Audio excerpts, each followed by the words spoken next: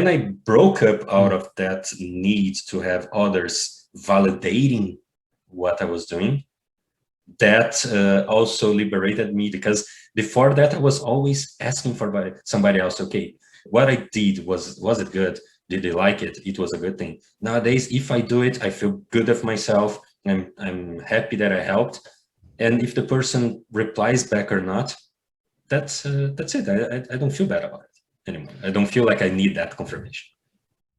Welcome to the Happy Engineer podcast, the place where we help engineers like you to build your career, balance your life, and be happy. I'm Zach White, former engineer turned lifestyle engineering coach, and your host for the journey to the career and life that you desire. Hey, I believe that you shouldn't have to sacrifice your life to reach your full potential at work.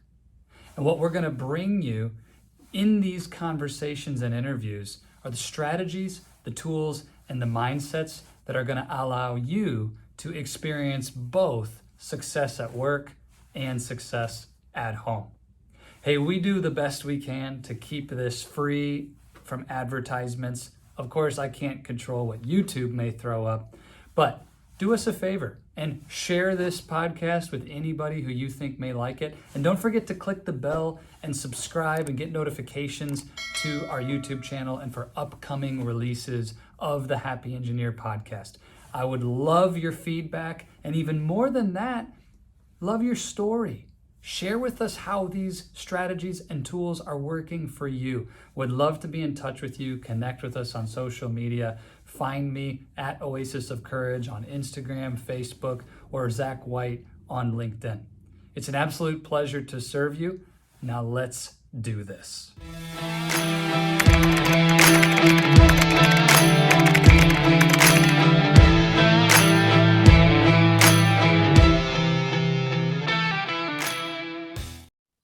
Mauricio, it is absolutely a pleasure to have this time with you. I have been privileged to coach this man for a while, and your story is just incredible. So thank you so much for making time for me and for the listener today.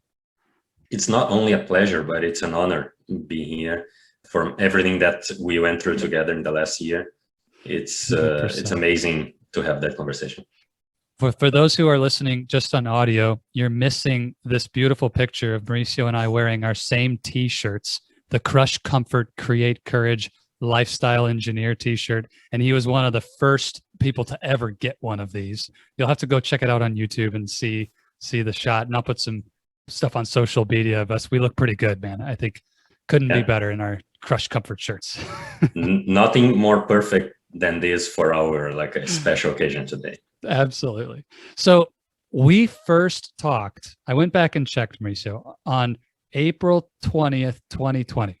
2020 was our first conversation. And I think a lot of what we'll talk about today is going to be, what happened in that moment and after. But first, just to set the stage for the engineer listening, you've had an incredible career. A lot transpired before that conversation. So just give us a quick story. What was your journey like pre-Zach, pre-for 2020? Just kind of get us started in your engineering journey. I started as a software engineer, still back in Brazil. I'm originally from there. Most of my career there was as a software engineer, most my time in Java. And as the career goes, I had to make that decision that mostly all engineers have to make at some time is, would I stay as an individual contributor and be developing, or should I go and become a manager? And I had that opportunity to make that decision. And I felt like, yes, I like working with people. Let me try that. And I became a manager in 2008, working for ADP, the payroll company. And in 2013, I got another decision in my life, which is they offered me a relocation to the United States, still in the same company, the same project, which was that one moment where I felt like, oh, everything that I did in my career is coming back now. It's a great opportunity. I was a bit afraid. Should I leave my country? Should I bring my wife together with me and start a new life without much of a family, without the support from the family? And we got together and said, no, let's do it. I think it's a dream. It's a new place. We're not going for something crazy. So let's do it. I love that. Let me back you up really quick, because both of these key moments, a lot of people listening could relate to. If the engineer hearing you introduce your story is in that same place of the decision about staying on a technical IC track versus that manager track, can you go back to your thinking around how do I make that decision? What was the really key elements of you saying, I want to become a manager? There were two factors that made me take that decision. First, even though I always consider myself a good engineer, I wasn't techy enough as my peers. I feel like my fellow engineers, they were always in another level of going deep into the technical discussions or the technical side of the job, while I was much more a contributor that delivered things but not created things. And felt like, okay, will I have a bright future on the technical side or not? That was the first factor. The second one is much more in terms of, I liked working with people. I was already a technical lead. People enjoyed working with me. I felt like there was no reason for me to not try, because I would become the manager for the team that I was managing. And I had their support. I had the support of my managers. Everything was in place for me to try. And so the worst that could happen to me in that moment was just saying, this is not for me. Let me go back and do my best on the technical side. But those were the two things that made me take that decision. I love that perspective. And a lot of engineers, we forget that the decision in front of me today is not my last decision. You know, to recognize if managing doesn't work for me, I can go back to being an IC. I hope that encourages the engineers listening. You know, whatever you have in front of you right now, this decision is not your last decision. Yeah. You can always learn from that and make a new decision. So I love that. And then, okay, fast forward 2013, you get presented with the opportunity to uproot from Brazil and move to the US. What was the hardest part about that decision? A lot of my friends that were in the same position, they talk about leaving the family. For me, that part wasn't that a big decision, because I had support from my family. They knew it was a good thing for me. And especially for me was the fear of the unknown. Will I be successful in the United States? Is this paycheck they are offering me enough for me to have a good life in this new country? All those things, all those unknowns were the worst for me, because again, even today, I still have that urge of controlling things. That's one of the things we together worked a lot during our conversations. And that was one of the moments where I did not have the control of everything. And that anxiety, that part caused me to just keep thinking, am I doing the right thing? Am I taking my wife from Brazil, where she has her own career, to become somebody that goes into the United States and stops work and needs to learn a new language? All those things, the right thing to do. So those were like the questions, and that fear of the unknown that drove me crazy on that time to make the decision. I can only imagine. I mean, I haven't had to make that type of decision in my career, but it's big. And that fear, that anxiety, what does that look like? I mean, sleepless nights, just struggling with, I mean, take us into that pressure of the moment. What was that like? You feel your heart beating way faster. And then every time you're thinking about it, you always ask yourself, am I doing the right decision? Is this the right thing for me to do? What if I stay? If I decide to stay, will be that considered a failure on my side? All those things cross my mind, but physically that goes into like really anxiety, like sweating and handshaking, all those things.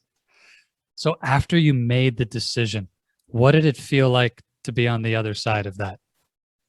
After I made the decision, that got worse. I think the change happened when I moved.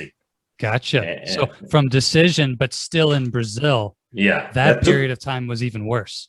Yeah, because it was around 4 to 5 months, considering everything that had to be done. before doing that. But then when starts things moving on, like going for taking the visa and coming over to the United States to find a place to live and meet with my peers, all those things start sinking down and feeling better. But I only felt like okay, I'm fine. At the time I was here for a month or so, where it started to feel like alive again, because it's interesting how many things you need to do once you go and start living in a new country. Things as simple as paying a bill, an utility bill, becomes something, okay, how do I do that? It's not the same way as I did for the last 20 years of my life. So how do I solve those things? Man, it's so good to just get back in perspective what you've went through. And I'm setting the stage in a way with you of these different aspects of fear of the unknown, this desire for control. And we'll talk about how those things came back later in the story here. But catch us up then. So 2013, you came to the US, then what? Then I stayed in ADP for 3 more years, where I worked in the same company, the same project, the same team. Things were doing great. But a couple of things that happened in my career at that moment. First, I felt like that transition between being a first-time manager for one team to become a director for multiple teams in multiple locations, bigger responsibility. I think that transition was too fast for me. So I was very hands-on at that moment, and getting out of that technology was causing me more and more fears, because I was starting to think, am I really ready for this? Am I prepared to take such a responsibility? That was one thing. The second thing is I decided to go out and see the market here in the United States. My whole life was ADP in that moment. And I had to know, am I being fully rewarded by the things that I'm delivering? So I decided to go out, and I came to have this opportunity to change jobs and join dealer.com, which it was, from many aspects, people can say, hey, it was a regression in my career, but I didn't feel like that. I felt like, okay, I'm back to relearn a few things and solidify my position as a manager of engineers before I can keep growing towards next steps. And then I spent a year on dealer.com, and during that same time, there were situations happening at the work. And one of the luckiest moments in my life was that I was taking this a couple of weeks vacation, and I flew back to Brazil into this paradise island we have there called Fernando de Noronha. And on that island, there is just one cell phone tower for the whole island. So great parts of the entire island cannot be served by that tower. And even the hotel that I was didn't get served by it. But then I was walking close to that tower on that specific day and specific time. That's when I got a call from the recruiters from Amazon.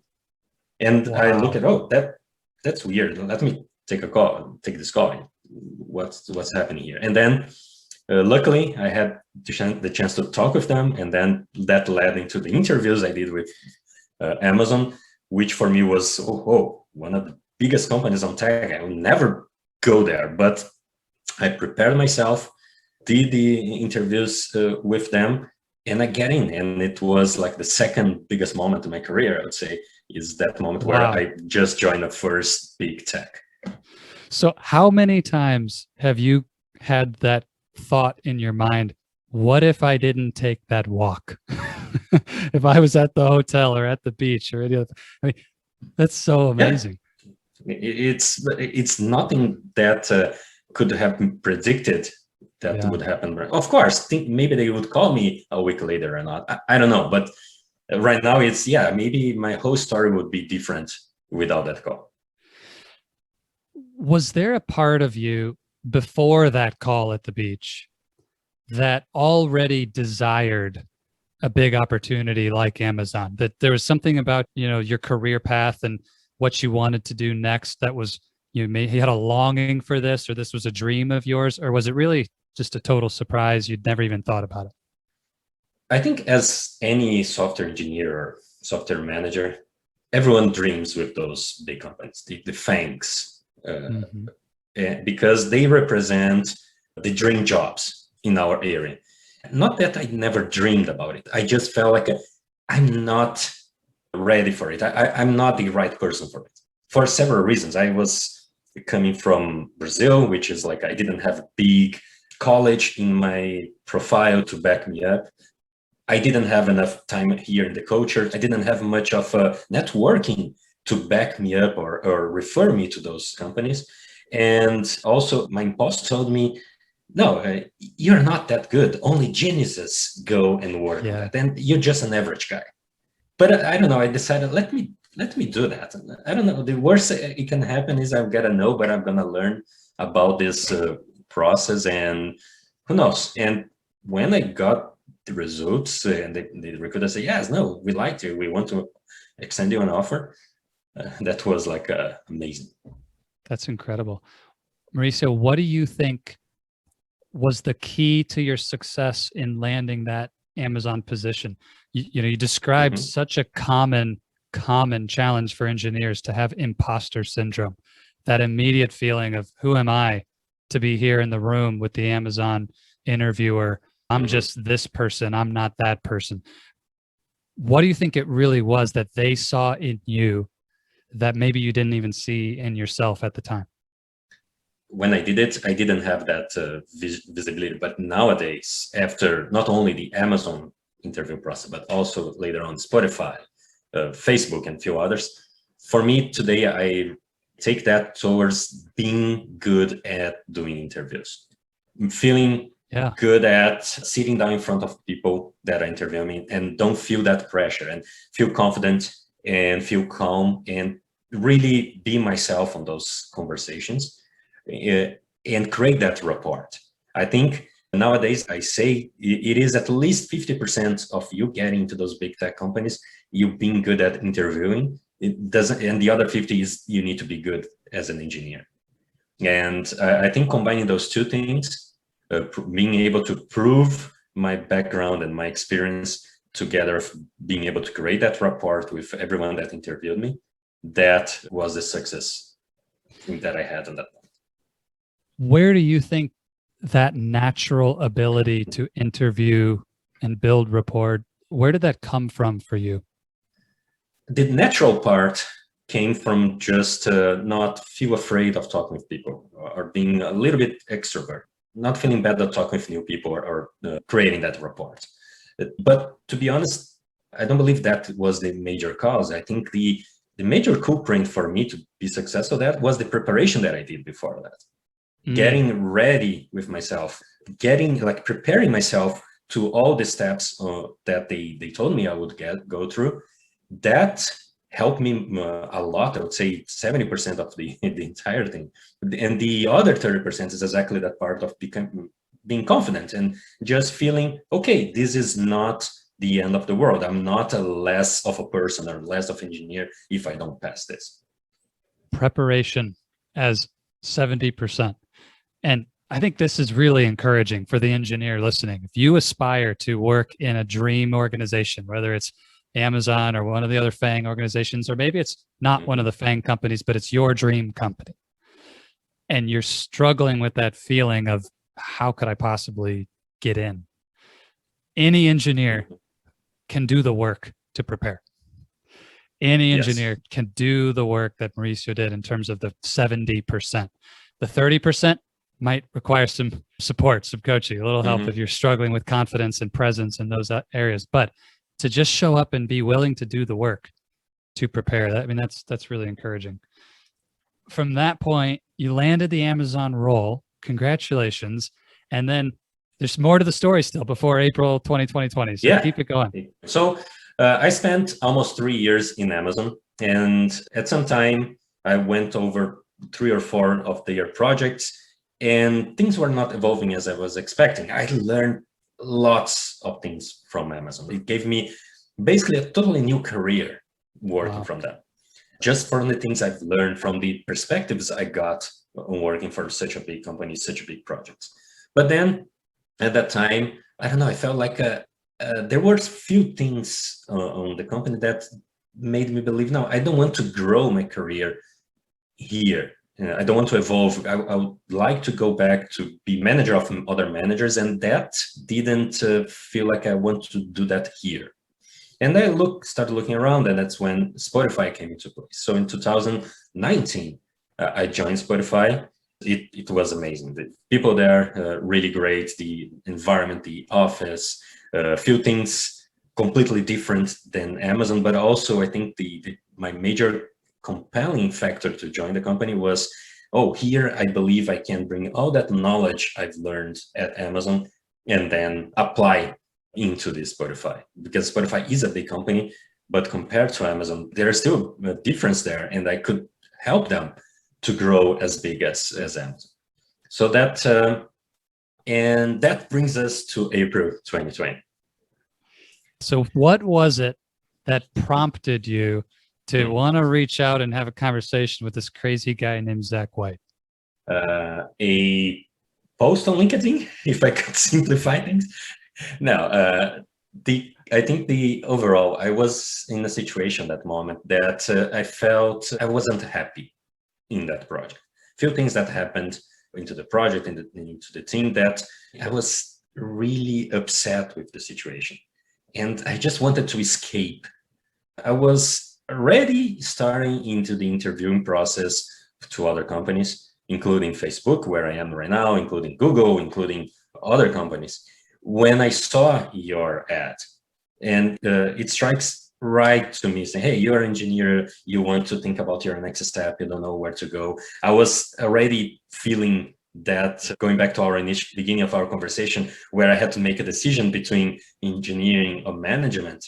I was exactly thinking, should I go back to being a technical engineer and not necessarily a manager anymore? Am I successful enough for manager? Why cannot grow more than that? And then I saw your post there, I reached out and you replied, and that drove the conversation. And I remember our first talk, the things that you told me there, the kind of questions that you asked me that drive my thought only by those questions. I already felt like, okay, I know that Zach can help me. I should give a try. I really think that I should ask an expert or a professional to help me see things that I'm not being able to see of myself. I'm going to just preface this. I didn't ask Mauricio to say anything specifically nice or otherwise about me. And feel free to tell everybody anything you want about our experiences together. But I actually do want to highlight something that's really interesting about where you were in that moment. And if I got the timeline right, your first manager role was in 2008. And this conversation was in 2020, 12 years later. And you're in a moment of your career asking yourself, is my next step to go back to being technical, an individual contributor potentially, or do I want to stay in management? I think that's really important to highlight, because sometimes we almost feel ashamed of like, why would I even ask that? I'm on this track. Like I should just be moving to director and senior director and VP, right? That's my path. So if the engineer listening, just to connect to that, it's okay to have these questions. It's normal to have these kinds of questions. And there's not a right or wrong answer. There really isn't. You can be at any point in your career and go any new direction. Mauricio, for you, when you were in that thought process, was there anything about that maybe the way others received it, or you felt like you couldn't talk about it, or was just really confused? Tell us a little bit about that sort of tension between, do I move up or do I, quote, move back to IC? What was that like? I think the feelings that I had at that moment were frustration.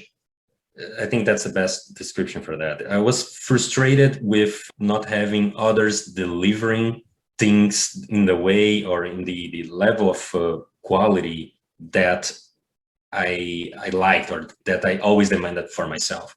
I was with that feeling saying, shouldn't I be back and just control my own work? And again, I think control is the key word here, because it's something that I can guarantee I can deliver, versus being a manager and not being able to, again, control what others are delivering. Even after 12 years being a manager, that still felt like maybe I'm not a good manager, because I cannot prevent others to make a mistake. I cannot make others deliver things in the level of quality that I'd like them to do. But then I feel like that frustration that I was having, and later on we discuss about this, is all together with exactly my frustration to not being able to control those things, to not being able to help them. That was terrible for me on that moment. I was feeling, again, the worst manager possible, even having several of the previous examples of success. That one moment was just striking me as like a big failure, and I should just give up. Then what changed? Here you are and incredibly frustrated. It's impacting you and your thoughts, your mental health, your life. Like, what's going on here? What changed? I think there are two things that happened. And again, Zach didn't ask me to say this, but they were part of the Wake Up program. It is exactly, first, the exercise of me looking at my past success and things my failures, and to define my purpose in life. That was like a click moment. It's something that made sense of everything before that. That was the first thing. And the second thing that was really, really important was exactly the moment where I realized I don't need necessarily to get and control everything. What I can do is control the things that it's under my scope of control, things that it's my personal job, my life, my family, things that I can have that control, but everything else I just have help to influence. And it's not going to be my fault if I try to help somebody, and if that person made their own choices, their own decisions, and the results were not exactly the same. So that caused me two things. First, to make sure that the things that I started doing or not doing were much more aligned with my purpose. I look at it and say, is this something connected to what I really want for me, or something that makes me energized and happy?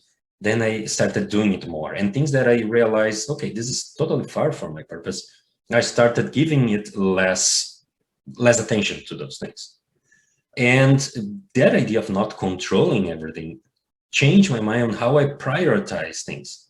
So things that, for example, when I was in Spotify, that were actually making me feeling frustrated, eventually I realized, oh, they're just so small. I don't even need to be thinking about that. I just keep doing things that I'm doing right, constantly improving. But those problems that for me was that they were unbearable before became such a small thing in front of me that maybe I keep telling people, maybe if we had started that conversation, if I saw your post 2-3 months earlier, I would never be doing the interview process for Facebook. Wow.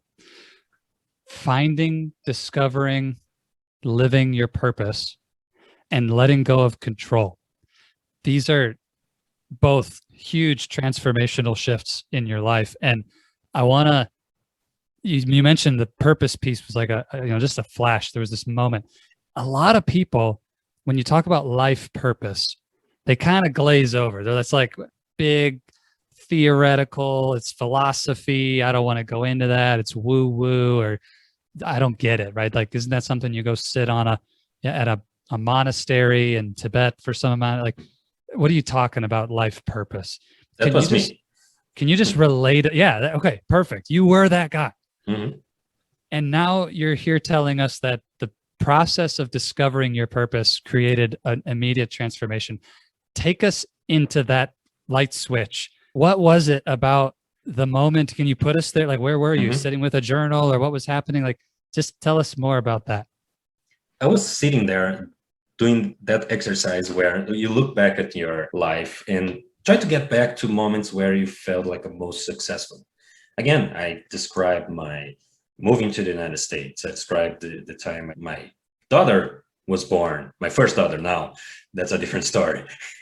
The getting to Amazon, all those things. And then I realized to say, okay, what are my values? What are the things that really compels me into that? And compared to the moments where I felt like failure, like the one that I was feeling right on that moment. And I came to that conclusion that things that always compelled me since childhood was every time I helped somebody, I felt so good about it, being helpful to others. And I came to the realization that I can still feel that purpose, can still feel that value being fully achieved without having others telling me that feedback that, oh, you really helped me. When I broke up out of that need to have others validating what I was doing, that also liberated me to just do more of those things. Because before that, I was always asking for somebody else, okay, what I did, was it good? Did they like it? It was a good thing. Nowadays, if I do it, I feel good of myself. I'm happy that I helped. And if the person replies back or not, that's it. I don't feel bad about it anymore. I don't feel like I need that confirmation. This is huge. To get to the point where you don't require external validation of you living your own purpose in this life. Did I do it right or not? Am I on purpose or off purpose? That's a game changer, Mauricio. I just love that you brought that point up. The freedom from that opens up a whole new door for how you can show up and be in the world. And really quick, because I know the engineer listening is going to be confused by that comment about your first daughter. Mauricio is the proud father of twins now, and so he's got a whole new world in front of him for the future. But at the time of doing this exercise, he didn't have the twins, so that just in case somebody's like, "What's he talking about?" New story with the twins. There's so much we could unpack here, and I want to be respectful of time and not go too long with this conversation. And if people want to know more, we can always get round 2 on this podcast later. But these two shifts, connecting deeply with your purpose and freeing yourself from external validation, freeing yourself from the need to be in control of things that were outside of your influence and control. What did all of this make possible for your life today and in the future? How do you see the new side of your life and what you can create from here? The most incredible aspect of that is I not only got free of those limiting thoughts, but I got my time more free, because now it helps me delegate and trust much more what others are doing. I'm not anymore going like too deep in what or how other people are doing, the engineers that work with me, because I trust them and I don't need to be controlling every single aspect of their work. So that freed up my time. Now I'm dedicated much more on making other things that could help me grow. One of the things that, for example, is helping me knowing that purpose is I recently started mentoring others on how to do interviews in those big techs. I want to share that experience. I want to share this mindset of becoming a good interviewer, or a good interviewee in this case. Yes. And how that can help you, mentoring and helping others. So all that time I got back, it's exactly doing more things that before I was spending too much just getting concerned about things that I don't need to. It's so practical for what you will need to be able to do every day as a great manager, director, VP, you name it. And for the engineer listening, I hope you hear this from Mauricio, that doing this inner work, a lot of times people think, well, that's just for me. But the ripple effect into your career and all these other areas is measurable and significant. I love it. That's so cool. Where else do you feel the biggest benefit in terms of day-to-day on the job, you having done all of this inner work, that it manifests, with the work you do at Facebook now? I think myself much more capable of mentoring others or helping others, because I feel like since I went through this process, I can help others going through that as well. That's another thing. But the other part is confidence, self-confidence. The other thing that changed in this time is I was before too much afraid of receiving compliments. It was something that I never liked much in my career or even in my personal life. But now I changed that, and I'm much more upfront into showing my results to everyone. Before I was just expecting that my manager will notice my achievements and reward me. Right now, I'm much more upfront to that and say, hey, these are the great things I did, and these are the things I need to learn still to be great at and help me here. But look, I'm also delivering important things here. So that also helped me to get free of that, because I don't need somebody else's confirmation. I'm just doing it for myself. So Mauricio, this is the oasis of courage, Oeko. And I have to ask for you, I put you through some pretty uncomfortable things in our program. What is a moment for you that stood out as like the role that courage plays in your journey? And how do you think about courage now from what you've gone through and your whole life story, and any moments that stand out, or how has courage taken a role in your leadership? Just tell us about Mauricio and courage. I think in kind of a personal life, the latest example of courage, it's for me, like 20 days after the babies were born, I brought in a puppy. So that was a lot of people tell me it's just a situation of, no, you're out of your mind. But for me, it was a measure, no, I'm courageous enough that I can take care of 3 babies at the same time. I love that. But in my professional life, I think the courage now that I have is, bear with me, I'm still working with that. But for me to get out and talk with people, I still fighting that feeling of, if I go and talk with a director or a VP, they don't have time for me. I'm going to be bothering them. I'm getting out of that and reaching out and asking for mentorship, asking for help. I think that courage of breaking the barrier for me to not feeling that I'm wasting their time, that's being essential for my success. And I hope the results for that will come eventually as a promotion or something. Absolutely. My current position. I guarantee the engineer listening already knows about you that we're looking at a courageous man in Mauricio Nunes. Man, there's so much I'd love to still dig into, but we're going to have to save it for a part 2. But Mauricio, I always end with the same question. Great engineering and great coaching have this in common, that the questions we ask lead in our lives and the answers follow. And so knowing that the engineer listening wants to be happy, wants to find that fulfillment, wants to experience the kind of transformation that you've experienced, if they want to be happy, what question would you lead that engineer with today? Do you know your purpose? It seems to be very simple question, but if you're not really confident that you should, because it was the transformation moment in my career, and it could be the transformation moment into lots of other engineers. Do you know your purpose? Yes. It's beautiful. Mauricio, if the engineer listening would love to have an opportunity to get more from you or just connect with you, I can only imagine they're going to want that opportunity. Where can people find you and get connected?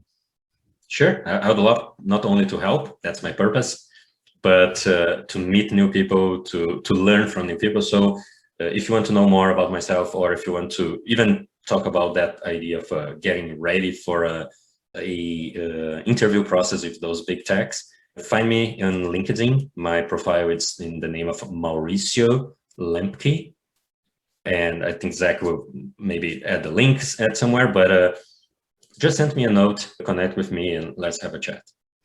Absolutely. I hope the engineer listening takes advantage of that offer. You'll not regret it. This guy is a total rock star professionally, but also an incredible mentor, and will be able to help you with all kinds of things. So I will put that in the show notes. You can find it at oasisofcourage.com, in our resource hub, find this episode, and you can connect with Mauricio there on LinkedIn. Man, I can't thank you enough for making time for this and really being courageous and sharing your story and your own transformation with the engineer listening and with me. And it's, again, been an incredible privilege to work with you and coach you, and appreciate all of who you are and what you do, Mauricio. So thanks again. I have to thank you. This is amazing being able to be part of that evolution and work together with you, and this opportunity to talk with others. And I hope if I could be able to touch one other person to move on and turn around their life for the better, for me, that's worth the entire time, and worth this whole effort of being here in front of the camera, of a microphone, having those conversations, and open up a little bit of my life to others. It's amazing. And if you want to be that person Mauricio is talking about, it begins with taking action. Have the courage. Take action from this conversation. Go back and listen again if you need to. Reach out to Mauricio on LinkedIn if you need to, but don't let this moment pass you by. without doing something with what you just heard. Mauricio, thanks again. We'll do a part 2 one of these days, brother. Thanks so much for the time. And thanks so much for everyone listening here. Hello, my friend. Zach White here again. And I wanted to let you know that's all we've got for this episode of the Happy Engineer podcast. Thank you so much for investing your time with me today. It is an absolute pleasure to be able to bring you this content.